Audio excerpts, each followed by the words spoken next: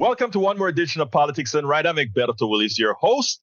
He discovered many, including Jennifer Lopez, Liam Neeson, Kerry Washington, Jerry Seinfeld, William H. Macy, Jason Alexander, Connie Britton, Jacqueline Smith, David Strayhorn, Bob Barker. Yeah, that's who we're talking to. Chick Hearn, and many more. He charted his own course in Hollywood to the disdain of many, and he succeeded like no other. He has now encapsulated that drive and knowledge in one place, his book titled American Original. Let's do launch. A Hollywood agent dishes on how to make your business and career take off. Irrespective of your profession, his path is one that is synonymous to success. Maybe there are some pointers in there for you. So today we're honored to have, who is this guy we're talking about? Harry Abrams. Good morning, Harry. How you doing this morning, my brother?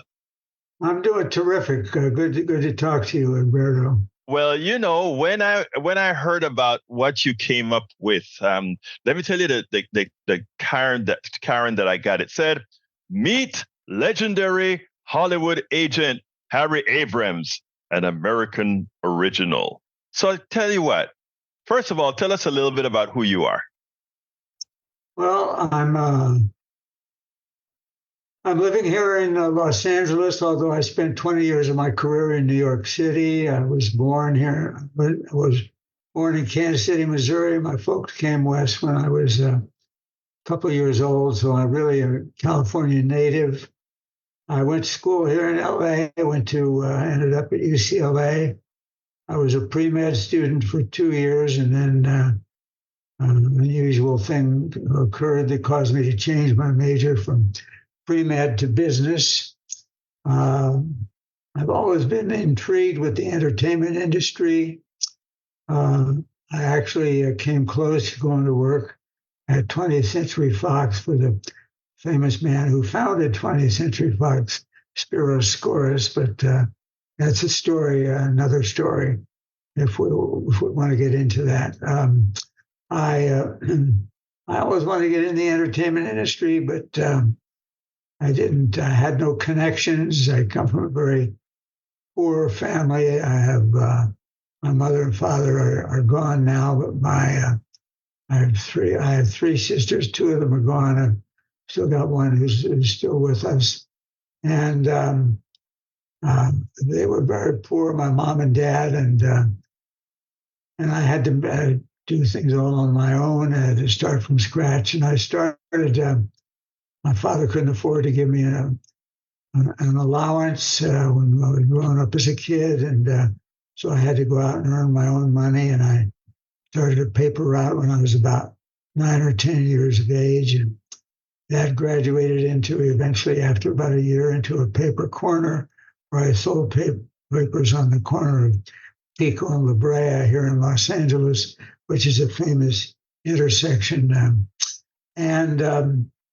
I wanted to get in the entertainment industry. I had no contacts, but I had learned how to write a letter of inquiry about looking for a job. When I graduated from UCLA, I went in the military. I was a ROTC, so I was a commissioned officer in the military for the Medical Service Corps, stationed in San Antonio, Texas, at Fort Sam Houston. I spent 6 months in the active duty, and then 7.5 years of reserve. I stayed with the reserve that 7.5 years, eventually moving up from a commissioned officer as a second lieutenant to eventually a first lieutenant, and then eventually became a captain. I resigned my commission with the U.S. Army, and after 8 years, I finished my commitment, and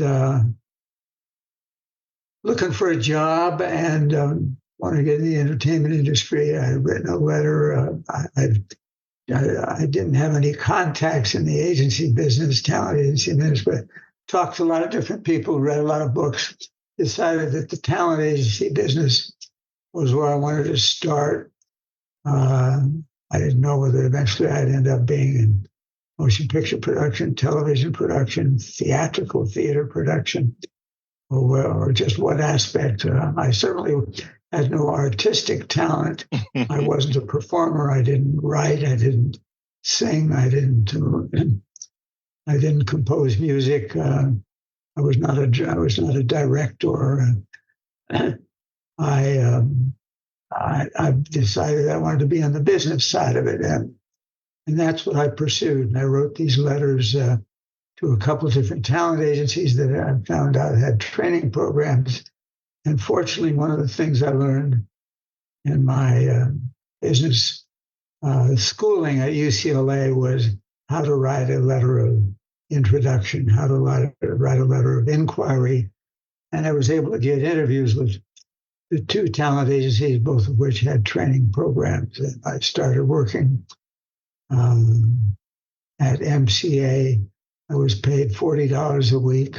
Oh. I left a job in Richmond, Indiana, where I was working for a power lawnmower company while I was waiting for my name to rise to the top of the list at these two talent agencies. Because once you had an interview with them, if you were fortunate enough to get an interview, you had to then wait till your name rose to the top of the list. There were a lot of people ahead of you, and it took about a year, maybe almost a year and a half, for a name to rise to the top of the list.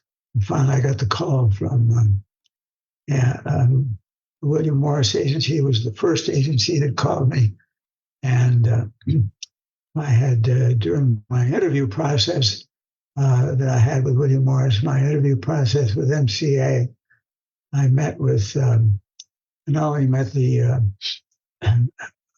human resources director, although they called them personnel directors in those days. I also had to meet with several of the agents in the different departments to see whether they would approve me to enter their training program. And training program started paid at $40 a week. And I was working in Richmond, Indiana for this power lawnmower company while I was waiting for my name to rise to the top of the list. And it was about a year and a half, or maybe a little under a year and a half.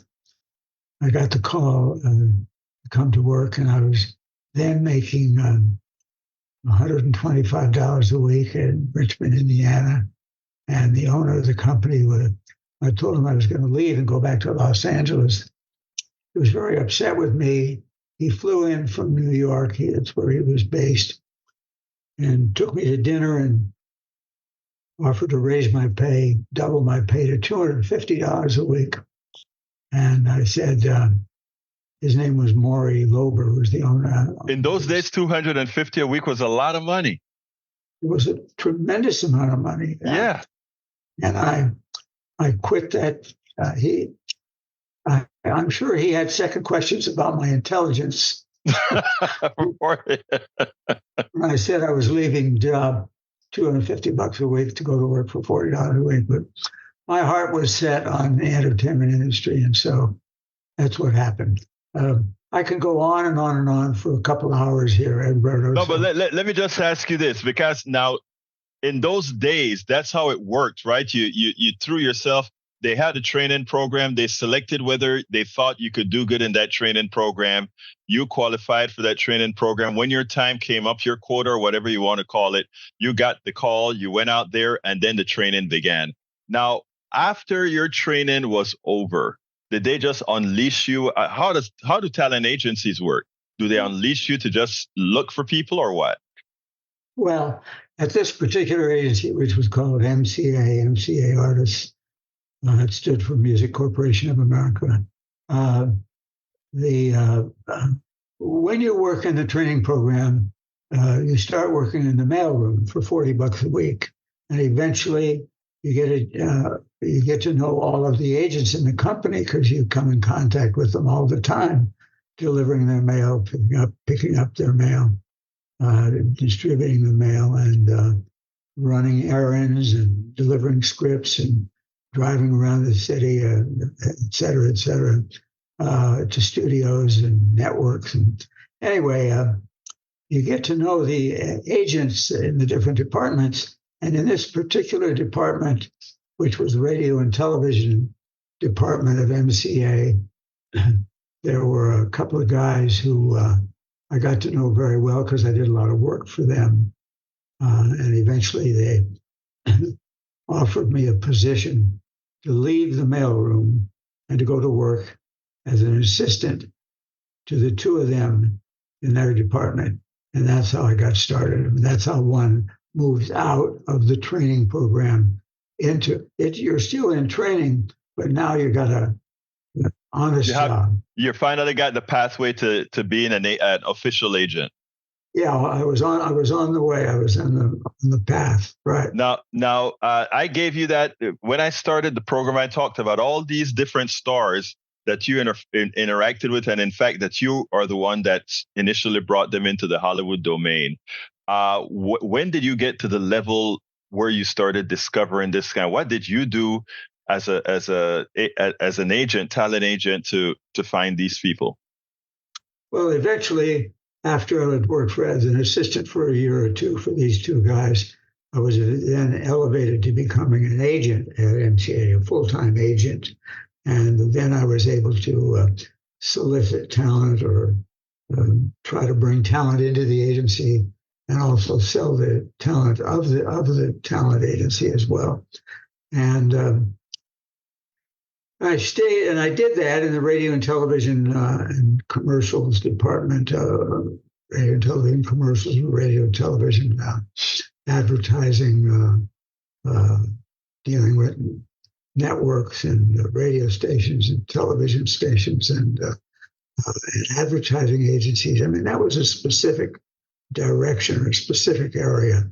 I wasn't really dealing with motion picture studios. I wasn't dealing with independent motion picture producers or Broadway or theatrical producers or television producers. And I stayed in that specialized area until MCA went out of business. And they went out of business, I think, in 1962.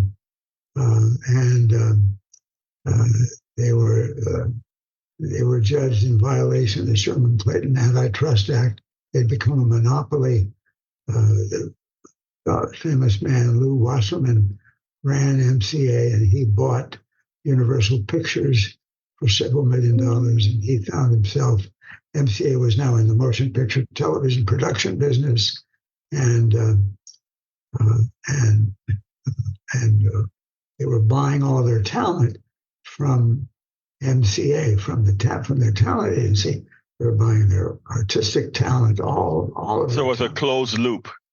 It was a closed loop, and there were several other agencies like the William Morris Agency, an agency called ICM, that was a very large agency, and several other agencies that objected to this and eventually filed a lawsuit against them with the U.S. government, claiming they were in violation of the Sherman-Clayton Antitrust Act.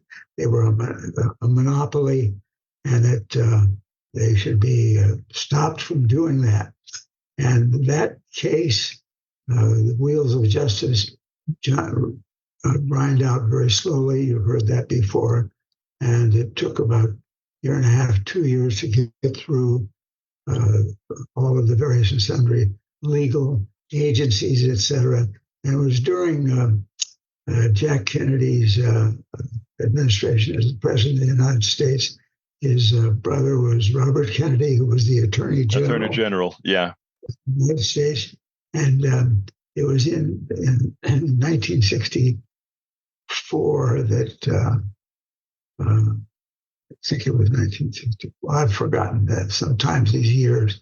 But yes, that was when it was. They were found guilty, MCA, and they were forced by the U.S. government. They received a directive from the government, said either you stay in the talent agency business or you stay in motion picture and television. One or the other. One or the other. And they chose to go into the production side because the amount of money that had been earned in the prior year was maybe I don't know, a couple $100 million in. Right. So Go ahead. Sorry. let me ask you this then. So what is the, I mean, and in your book, you give pathways that you took. What would you consider the thing that allowed you to pull down so many talents? What within yourself and your upbringing, you think, brought you to be able to bring the kinds of talents that you brought? I mean, they're diverse and they're many. Well, I always had a fascination with the entertainment industry, as I said to you. I grew up watching motion pictures, and I became very enamored of the theater. And I would attend the theater regularly. Local 99-seat, what they call equity waiver theater, Broadway theater, large houses. The Hollywood Bowl was big theater. A lot of theaters in Los Angeles, and I spent 20 years in New York. I went to all the Broadway theaters, and I would watch it. I watch a talent. I'd listen to them. I'd watch them up on stage, and in my opinion, I felt they had a talent, or their artistry was of such a nature that I wanted to represent them. Well, 99% of them were already represented, so I had to find those talents that were not represented, that were not necessarily beginners, but didn't have satisfactory talent agency representation. And I'd approach them. I'd go and talk to them about representation. And that's how it was my own taste, I think, that led me to them. Plus, I'd also worked in the theater when I was a child. My mother had me work in the theater for a while. She thought maybe I'd become a motion picture actor or whatever. But, so I always had an interest in working in the entertainment industry. So well, I hope that answered your question. No, of course. I mean, you're saying that it is your own taste that you looked when you saw these people. You actually looked at the things that you thought entertained you, and you thought, well, if it entertains me, it likely would quite a few others. And yeah, if the list of people that you represent, that says it all. You said it is said that your book is filled with stories about your entertainment pursuits. Do you have a whole lot of anecdotes about some of your catches, if you will? Tell us a couple of them. Well, one of them was, I don't know if you ever heard of the actor Eddie Albert, Green Acres. Yes, of course.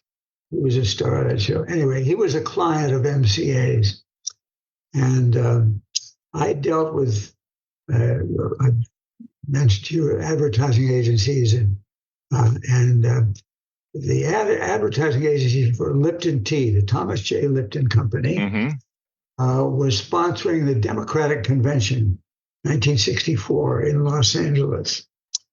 And the creative director from that advertising agency, who I had come to know over the years, and I'd done a lot of work with selling him talent previously, he called me one day from New York. I was living in LA.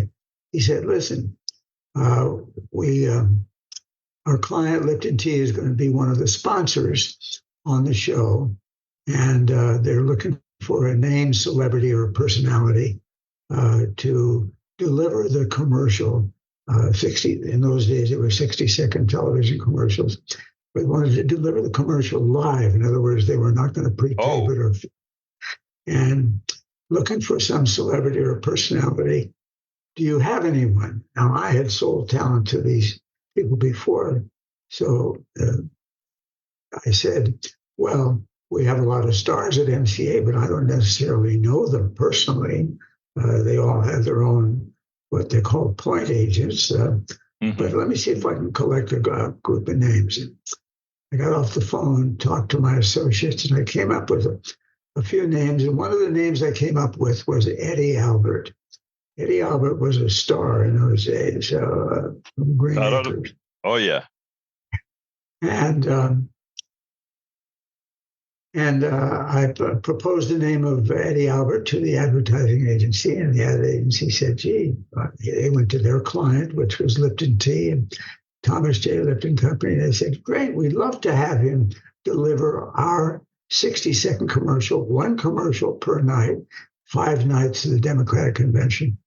And we'd love to have him deliver our 60-second commercial. Do you think he'll do it? So they asked me that question. I said, I don't know. You pay him enough money, I'm sure he'll do just about it. So I went to Eddie Albert's point agents because I didn't know Mr. Albert at all. And he said the same thing that I said was, well, if you pay enough money, perhaps he'll be interested. So I ended up getting a 6-figure offer, which was pretty substantial in those days. It was all he had to do was one 60-second commercial live, 5 days. 5 days, yeah. And in the 60s, he got a 6 figures for that. Wow. I was a good negotiator. I guess you were. So what happened was we made Eddie Albert had never done commercials before, and he said, well, it's kind of interesting. Pay 6 figures. Why the hell not? And so I went the first night to the where they were doing this, the Los Angeles Convention Center, where they had the Democratic Convention. I went there to be with him, to give him support, to let him know I was interested. And there was someone from his side of the fence there, where everyone else was on the other side of the fence.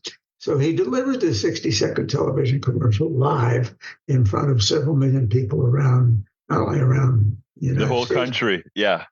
Not only the country, but around the globe. And I thought he did a great job. I went home that night. I get a telephone call at 11:30 at night.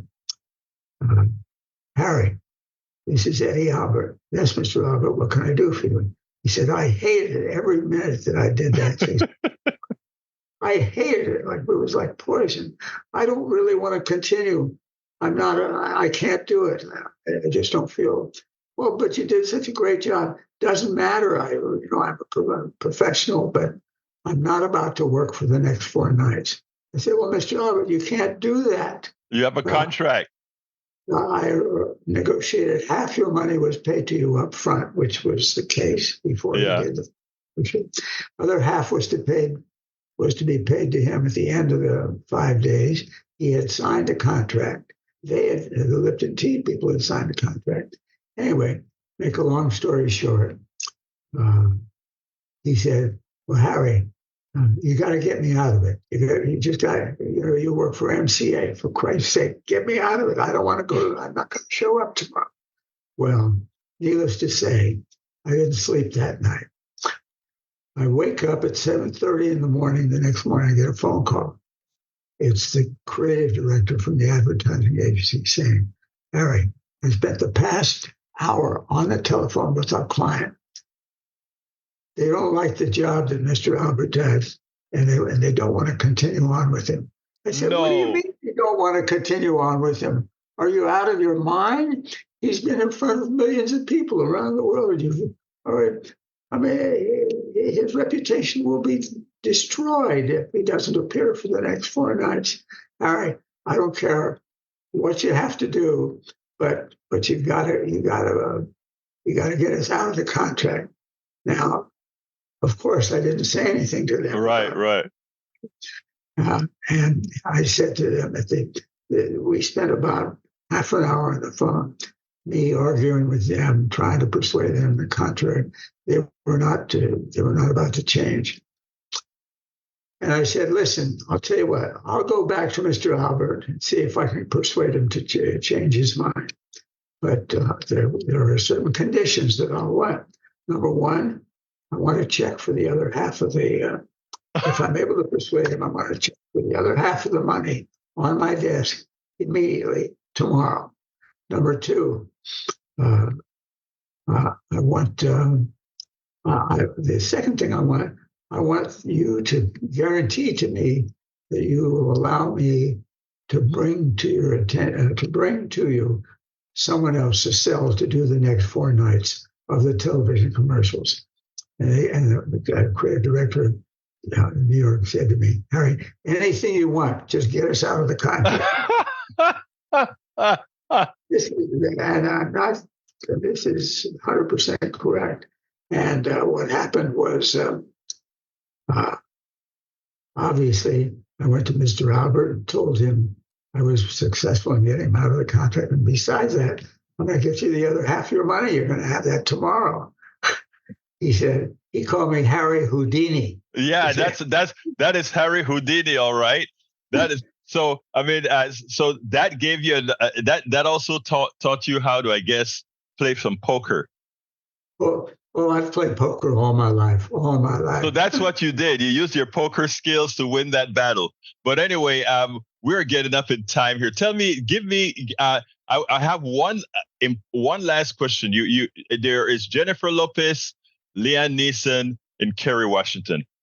What was your technique to get 3 people so different under your agency? In the case of Jennifer Lopez, I discovered her on she was appearing on a television program called In Living Color. A Fly Girl, yeah. She was a fly girl. Right. Keenan Ivory Wayans was the host of the show. Right. And she was a fly girl. And I had, MCA, we had another actor who was an unknown actor working on the show at the same time. So every week I would go to the show. And our agency at the time was looking for they needed a Hispanic girl who was attractive and who could speak Spanish, obviously. So I'd known about this. I'd heard about this from the commercial department. And so I approached her, introduced myself, and said, I'd like to have you come into the agency and speak with our agents about representation. That she was delighted to, because she was a fly girl. Right. Girl means a dancer, by the way, to those people who don't know what a fly girl is. And that's all she did. And we took her on for representation, and the rest is history. The rest is. And what about Liam Neeson? Liam Neeson. One of the things that I did after I built my career in Los Angeles, I opened an office in New York, and I had people stay in Los Angeles who were employed by my company.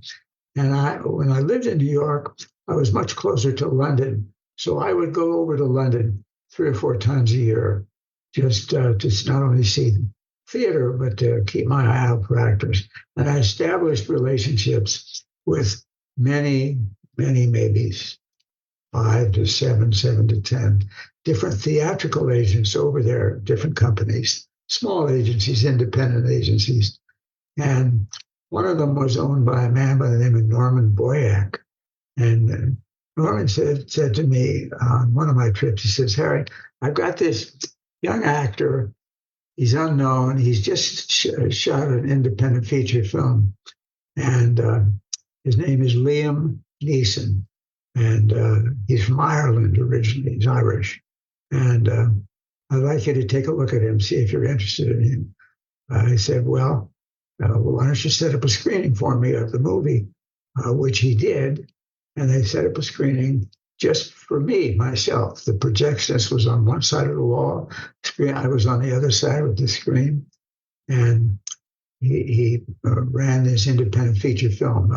Liam Neeson played a priest in a reform school for boys reform school. And I thought he did a terrific job. And when the film was finished, I opened up the door to the projectionist booth, the room, went in to speak to him, and there was Liam Neeson. He was sitting there watching me with the projectionist the entire length of the feature film, see what I thought about him. Well, it was love at first sight with the two of us, and I eventually took him on for representation. I brought him to the United States. He, being a foreigner from Great Britain, he was an alien and didn't have the right to work in the United States under the governmental laws, U.S. government laws. So I sponsored him through our company with the Immigration and Naturalization Service in order for him to get the right to work in the United States. That was worth $1 million to him. He was thrilled with that because And so now he could work in the United States. And I took him on for representation, and then again, the rest is history. And the rest is history. Now, Kerry Washington. Well, Kerry Washington was a result of. I actually didn't discover her. I was one of her agents. I had a company. I had several agents working for my company, and we all worked together. And she was someone who it was my associates did most of the work for her, but I entered into her life and took an interest and introduced her to various and sundry motion picture people and television people, and eventually she ended up on Scandal, as you know. Yes. And that was a success for her. That was many, many years ago. She still maintained her presence even up to today. Today, she's still very popular. Oh, yeah. Wonderful. And I met her mom and dad. She was so proud to introduce me to her mom and dad. Anyway, I could go on and on and on. I have one last one, because this is a guy that I'd like to interview at some time because I like his politics, and that's Jason Alexander. Jason Alexander was a fellow who I found. I put him to work in a television commercial. I saw him in New York, off Broadway, working in a show. He had a great comedic talent, and I put him to work in a television commercial for Western Union, and he did the commercial. He earned, as he said to me, earned more money than he'd ever earned in his lifetime. And he said, I must admit that we represented him, and I represented him for commercials, radio and television commercials. I did not represent him for his work in motion pictures and television and theater. He had a different agency for that. That's common in the business. You can have agents for different specialized areas of the business. But he and I became good friends. We are still good friends to this day. He's made more money in commercials than he's ever made in his life. And if you were to call him today and say, Harry Abrams, he says, Harry Abrams, my God almighty, he's my savior. Anyway. Well, look, we got to close this up. So let me ask you to do me one favor. Why, tell folks what you believe they can get out of, let me get the right name. Let's do launch, not lunch. Let's do launch. A Hollywood agent dishes on how to make your business a career takeoff. What can somebody learn from that book? Well, that book is the inspiration for that book. I'm glad you asked that question. Was in my career and as I worked professionally over the years, I would encounter various and sundry people who had gone on, graduated from college, maybe even had a master's degree in business, and went on to a particular career path. Common in this area were lawyers, attorneys, and they would find that after and not only attorneys, but professional people, after a year or two or three of doing what they're doing, they had came to the conclusion they had not chosen the right career path, and they were still young, and they wanted to change their career direction as to what they were going to do for the rest of their life. And many of these, I would encounter these people regularly, and many of them were interested in the entertainment industry, but they had no particular artistic talent. They weren't an actor, a performer, or a director, or a writer, but they wanted to be involved from a business standpoint. And I introduced them with this book to the business of artist representation of the entertainment industry, which is an unusual profession. One doesn't meet many talent agents as they walk through life. And so that was the inspiration for putting that book together. That was one of the major inspiration. But the other inspiration, of course, is how to launch an acting career as well. And as one reads through these pages, a couple hundred pages, you learn, if you want to change your career path and want to get in the entertainment industry and artist representation, it would be something attractive to you.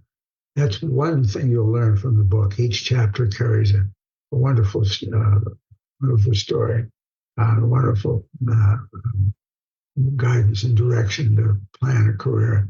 And the other is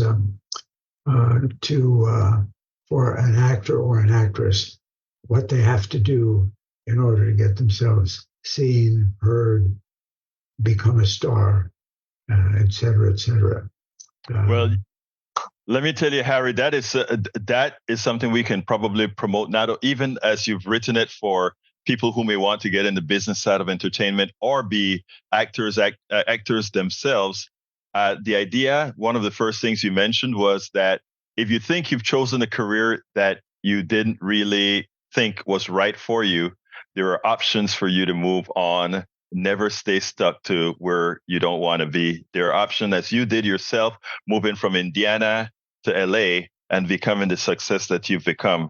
I want to thank you so kindly, Harry, for giving us this time, giving us a little bit of your story, which I find quite intriguing. And thank you so kindly for having been on Politics Done Right. Oh, it's my pleasure. Thank you, Egberto. Nice to meet you. I enjoyed it immensely. Have a great day. We spend a lot of time deconstructing the news, trying to parse it into a form that everybody can understand. We try to find those little nitpicks where it flies above the fray, etc. If you really like these videos that we do, I want to ask a big favor. Please go ahead. Number one, subscribe to our channel. And number two, please join if you can. Thank you so kindly for watching. Keep watching. Please remember to share. We must populate the entire internet with our progressive message, a message that we know is what most Americans say that they want. So help us, please join.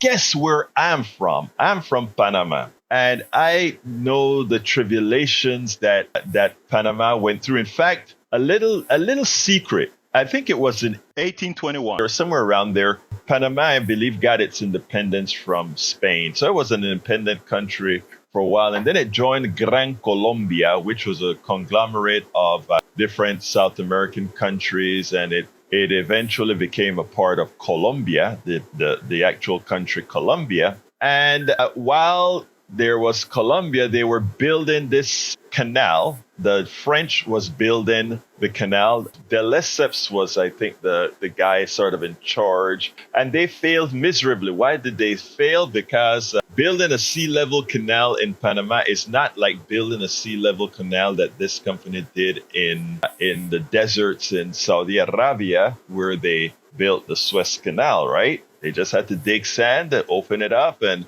sea level between the Mediterranean and the Mediterranean Red Sea, I believe. But anyhow, Well, America wanted to build a canal, and Colombia said, "No, señor, no vas a construir un canal aquí. You're not going to build a canal here." So they got a few rebels in the province of Panama, which was a part of Colombia, and I don't remember the president, I think it was Roosevelt, put a battleship in front of my city called Colon, right? And said, "Okay, you are now an independent country, and we are going to sign a treaty," of which no Panamanian signed. Of course, it was Bonavaria, the person who signed the. I'm taking this off the top of my head from my elementary school, so if I get a few little things wrong, it'll just be a few tiny things wrong. But Bonavaria signs the treaty, the United States Treaty for the Panama Canal, where it granted. I don't understand the language. It said 99 years in perpetuity.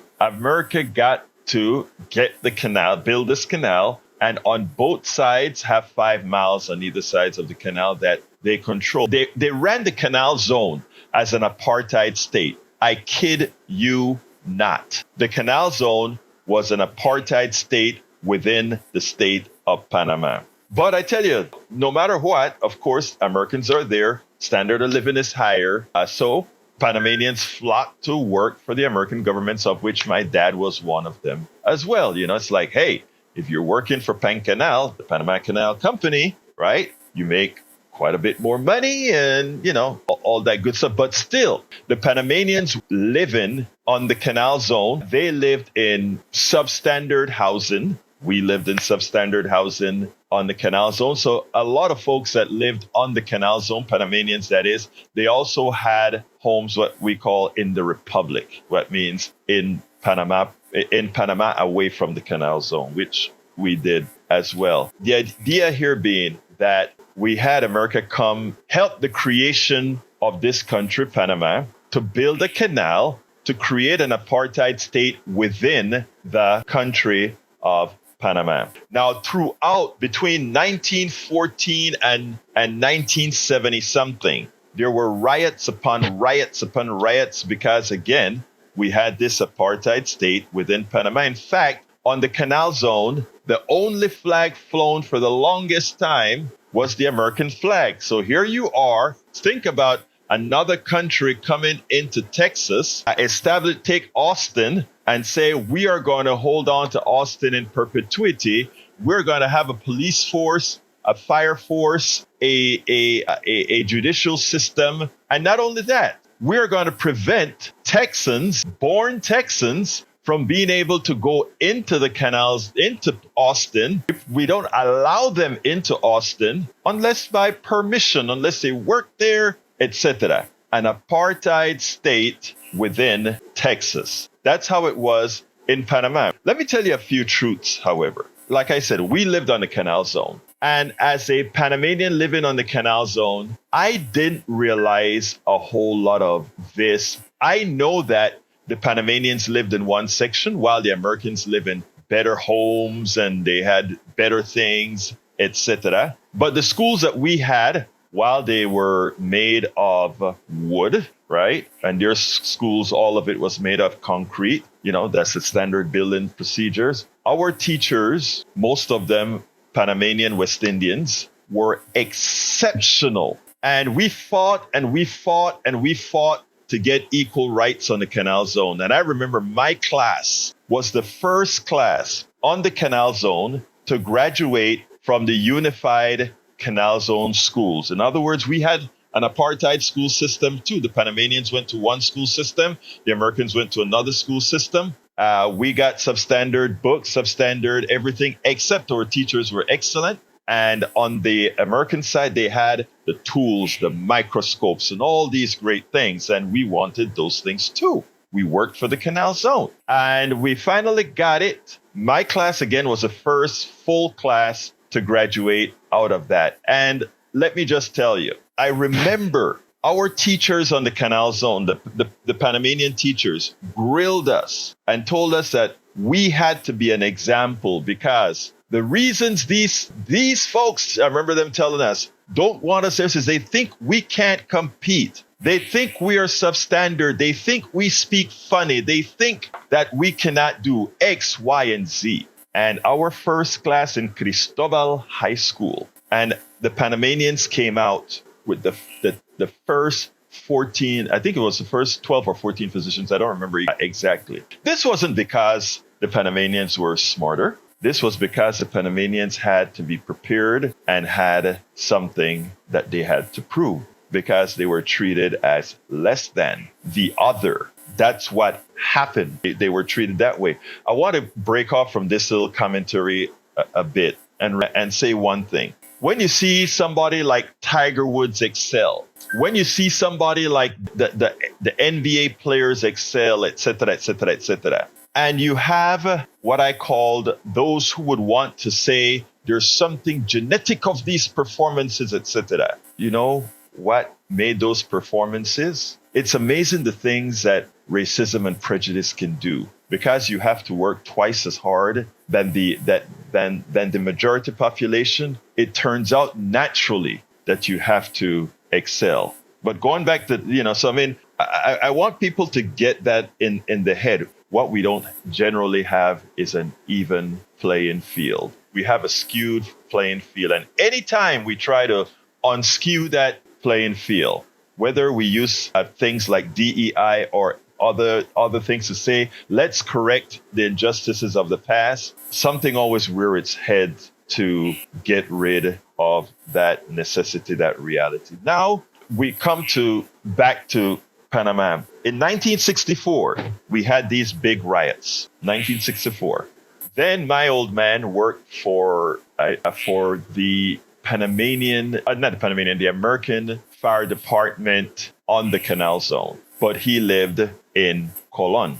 Okay, that meaning you cross over into the Canal Zone to work. When you're done working, you go back to live in Panama, in the city, in the country proper. And when they had the big riots in 1964, my father participated in hosing people out to prevent them from really invading the Canal Zone, because it was going to be bloodshed in the Canal Zone. And he was part of the Panamanian groups in the fire department that actually helped maintain the peace. But that also put a bullseye on a lot of these guys, because a lot of these guys were told, don't come back to Colon, because in effect, you hosed us down to protect the peace. And that is the only way certain particular groups of folks actually got what they called quarters. I mean, it's amazing how they did this, to live on the Canal Zone. So there's a whole lot of history in this little apartheid state created by the United States in Panama, and that bears mentioning. To solve this problem, Omar Torrijos Herrera, the person that the American government loves to call the dictator of Panama. By the way, before Omar Herrera, we had plutocrat after plutocrat, oligarch after oligarch, some rich oligarchs that, Panamanians they were. We used to call them Rabi Blancos, that controlled all the sources of production in the country. Everybody else lived the substandard lives. These guys, the president of the country, each time that got elected, Arnulfo and all these other guys, they were sanctioned by the not sanctioned, but, that's who the United States wanted as government. Finally, in 1970 something, I don't remember, like 76 or so, the overthrow occurred. The dictator, Manuel Noriega, Omar Torrijos Herrera, took over the country and forced a treaty. Things were just getting out of hand, so forced a treaty that turned over the canal and the Canal Zone back to Panama to have full control, a sovereign state. Carter signed that treaty. It was called, I think, the Torrijos-Carter Treaty, that gave the canal to Panama and the corresponding military bases, because America built 14 military bases in Panama, as well as some other entities, the Gargas Hospital and these other things. I want to give you a little corollary here. America has a small, tiny base in Italy, and they were paying tens of millions of dollars for that base in Italy. They had multiply 10 miles by 50. They had approximately 500 square miles. of a apartheid state they created in Panama. And for that, they gave Panama something like, I don't remember the number, don't quote me, but it's somewhere between 1.5 and 13 million bucks to rent, right? For that apartheid state, that's what they paid America every year. Paid Panama every year. Panama made nothing from the billions that's been made passing ships through the canal to save them from going through the southern tip of South America. They got very little. They got that too. But places like Italy and France, the spaces that America rent, they give away hundreds of millions of dollars. So that is the disrespect with which Panama has always been treated by the American government. Actually, it was an American corporation created by the American government to run the canal that had its own private apartheid government. Again, I have to admit, while I lived down there in Panama on the canal zone, I never was educated in politics to understand the political dynamics. You just existed.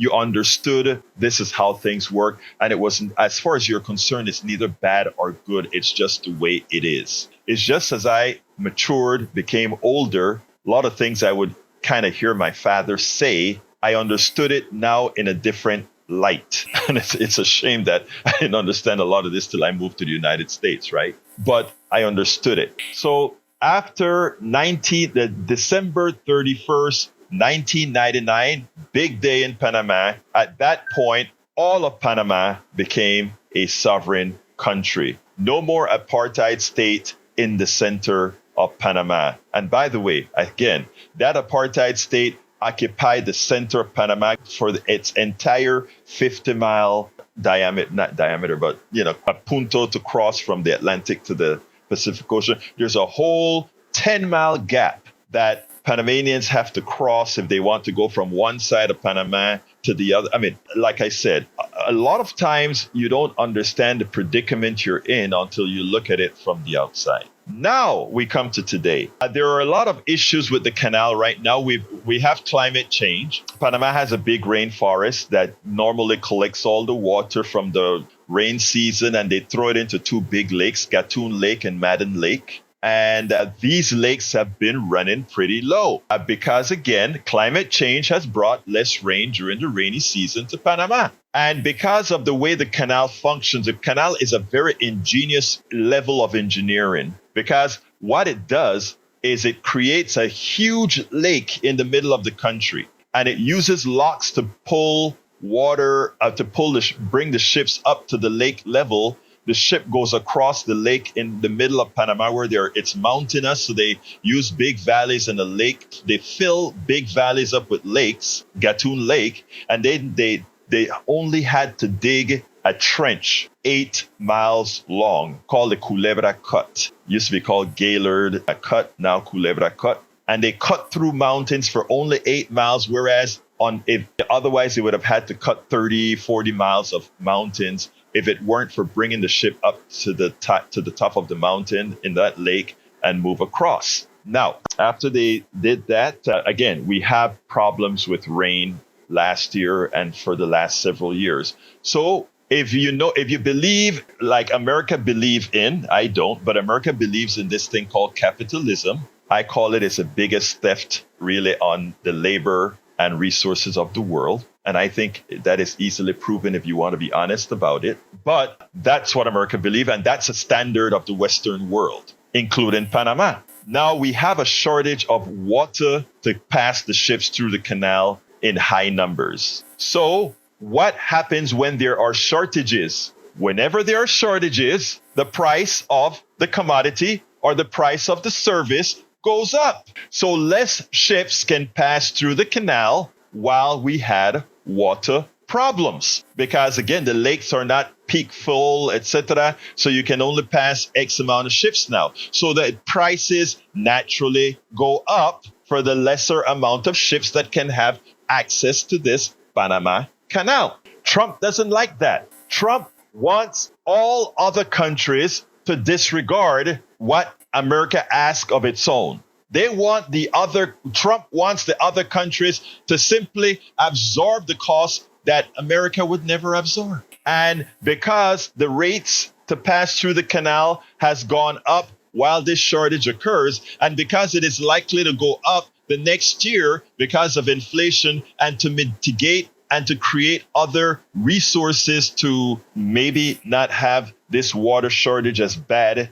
the next time around, Donald Trump is threatening to go into Panama and take back the canal. That's what he says. Take back the canal. In other words, disregard the treaty. Disregard the Torrijos-Carter Treaty that returned the land and the canal to Panama. I mean, this brings back memories. We call ourselves a country, a body of laws. That's what we say. We believe in laws. We follow our treaties, all this good stuff. But you know what? When Torrijos-Carter signed that treaty, Panamanians should have always known one thing. Go speak to the Cherokee. Go speak to the Indians about the Black Hill Mountains, or the Black Hills, or the Black Mountain. I don't remember what it's called. As soon as these guys found gold, they got the American military to come in and kick out the natives and take back the land that by treaty they had rights to.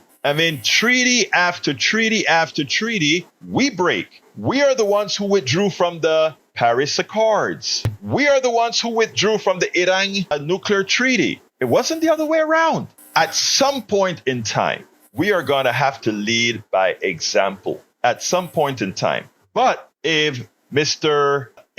Trump, President-elect Trump, think that folks are going to stand by and watch him, as Howard mentioned before, the greatest grifter on the planet, jump into Panama and claim to take back this canal, he has something else in store. Because as opposed to how many of us were back in the 70s, back in the 80s, back in the 90s, where we just let things happen, that will never, ever happen again. We spend a lot of time deconstructing the news, trying to parse it into a form that everybody can understand. We try to find those little nitpicks where it flies above the fray, etc. If you really like these videos that we do, I want to ask a big favor. Please go ahead. Number one, subscribe to our channel. And number two, please join if you can. Thank you so kindly for watching. Keep watching. Please remember to share. We must populate the entire internet with our progressive message, a message that we know is what most Americans say that they want. So help us, please join.